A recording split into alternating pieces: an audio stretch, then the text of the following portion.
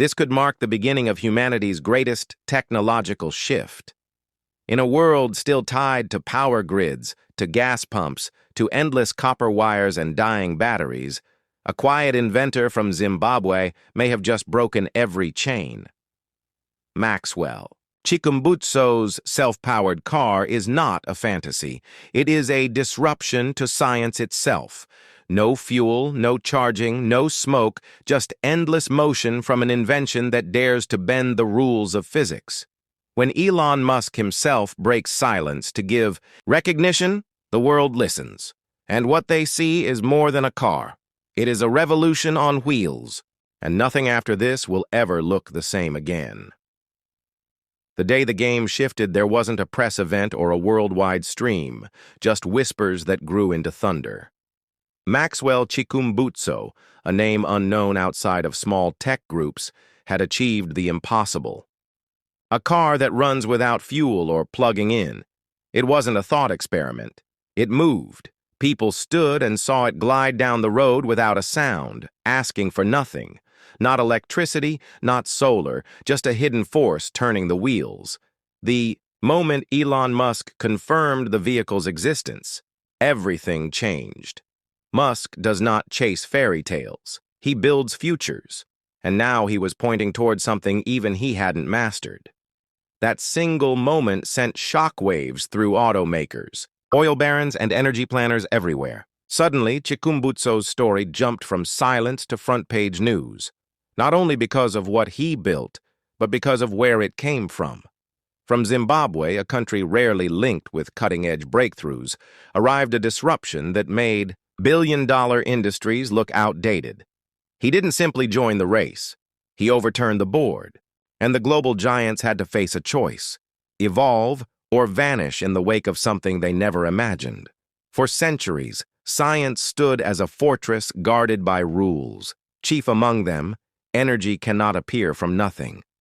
Perpetual motion is only a dream. But Chikumbutso's car doesn't care about comfort zones or textbooks. His self-powered machine seems to ignore those limits, not in theory, but in reality. For decades, talk of closed-loop energy systems lingered at the edges.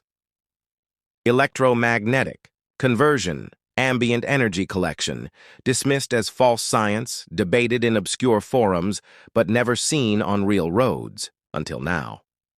Maxwell's car does not recharge. It does not refuel. It simply runs. And its quiet operation speaks louder than roaring engines. Some argue it breaks the sacred laws of thermodynamics. Others wonder if we never truly understood those laws at all. Scientists are rereading old beliefs. Universities that once laughed at Chikumbutso are now reaching out. Engineers whisper about resonance fields and zero-point energy. This may not be about breaking physics, but rewriting it. If this car is real proof of a new frontier, then the maps are wrong. The road ahead isn't just unexplored. It never existed before. When Musk spoke, the globe listened. Elon Musk is not just a billionaire. He is seen as a signal for the future. So when he gave respect to Maxwell Chikumbutso's self-powered vehicle, the world didn't just notice, it recalculated. Musk, the man who made electric cars desirable, openly admitted that a technology now exists that makes even Tesla look old. And with that, silence turned into alarm across the energy market. It was no rumor. It was no viral hype. It was respect. From one innovator to another. Musk's empire has been built on batteries, charging stations, and solar grids. Yet here he was, pointing to something far more radical. A car that asks for none of those things. A car that moves with no tether, no limits. For automakers, Tesla was once the wall to climb. Now, a quiet breakthrough from Zimbabwe looked like the real threat. Chikumbutso's name wasn't on any list of competitors. Now, it was the list. Because when Musk speaks, the world follows. And this time, his words did not come from a fancy launch stage. They came as a warning. Something greater has arrived. And it did not come from Silicon Valley. For years, the auto industry believed its path was clear. The only way forward was electric. Trillions flowed into building battery plants, installing charging stations, and digging for lithium. Big car companies shifted their future around that idea, thinking it would save them in a changing age.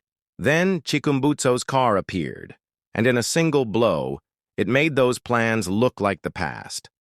This was not just an improvement. It was a reset. No gas, no battery swaps, no plug, just movement without dependence. The whole EV network, once seen as revolutionary, suddenly looked outdated.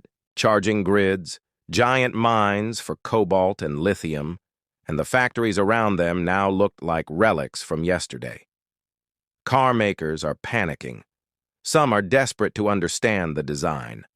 Others want to buy in before it is too late. Because if this car can be produced at scale, then everything shifts. Not in decades, not in years, right now. The blueprint they trusted is gone. Chikumbutso didn't just improve the machine, he erased the old design. And those who fail to rebuild quickly may not live through the next era of transport. Underneath every oil kingdom lies more than fuel. It is power, influence, and wealth. For decades, nations ruled by the barrel. But one self-powered machine now threatens to drain that strength away.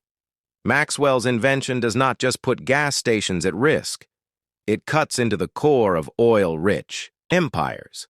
Countries like Saudi Arabia, Russia, and Venezuela have built their status on constant fuel demand.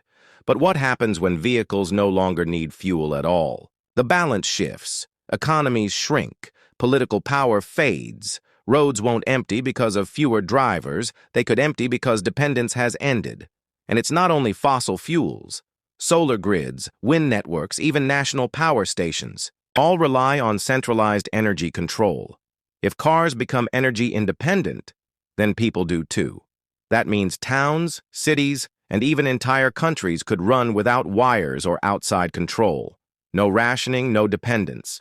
The global effects are staggering. Energy used to guide power. But this car doesn't just take energy, it makes it. And in doing so, it does more than change driving. It shifts who holds the wheel of the global system itself.